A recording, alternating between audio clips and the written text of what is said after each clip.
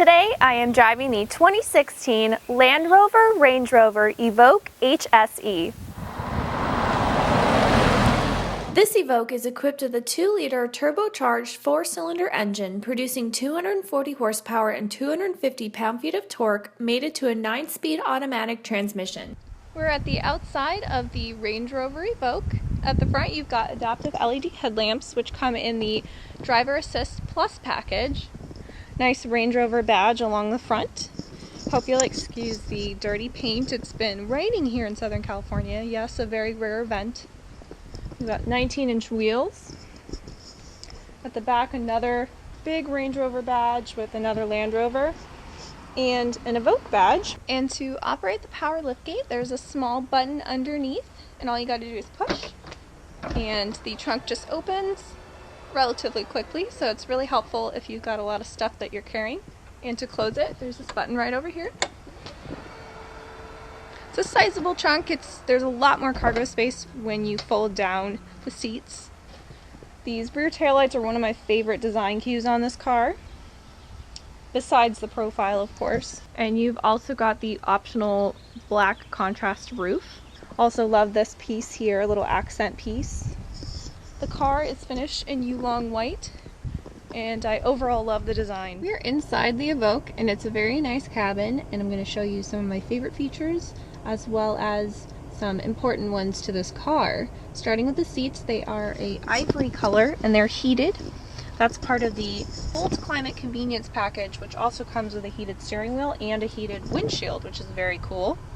You've also got one of my favorite design elements in this car, which is this brushed metal. It's on the dash and also on the center console. I'm not the biggest fan of the soft touch material here, but I guess you do have to cut costs somewhere. The system in this car is not terrible, but asking it to perform a function kind of takes a while, and it's a little bit delayed for my liking, but it's overall pretty good. Over here you got your voice commands for your phone, cruise control settings here, and then here are your various terrain modes, which I'm going to talk more about later. One of the nicest functions in this car is probably the panoramic sunroof, which is easy to operate. It's just like any other sunroof. You push this button here, and it slowly goes back, all the way back to the trunk. It takes a while, but it's really nice to have a little more light in the car. Now we are in the back seats, and I've heard a lot of people complain about the headroom in here. I am not incredibly tall, so it doesn't really bother me. It's also because this is open, so it probably feels more spacious.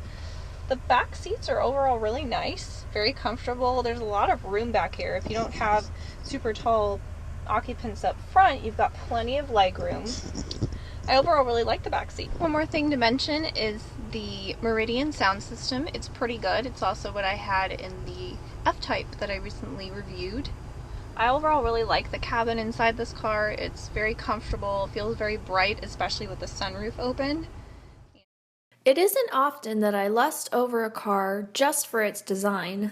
The first time I saw an Evoque in person, I knew it would be a great photo subject and eventually a styleanddrive.com photo subject.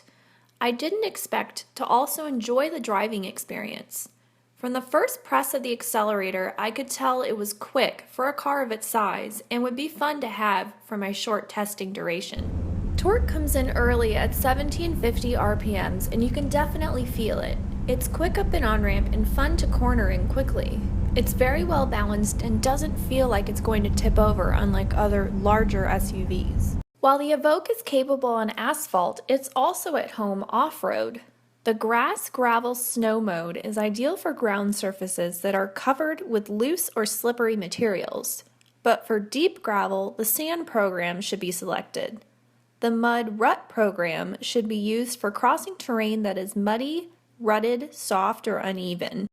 The sand program should be used for terrain that is predominantly soft, dry sand, or deep gravel.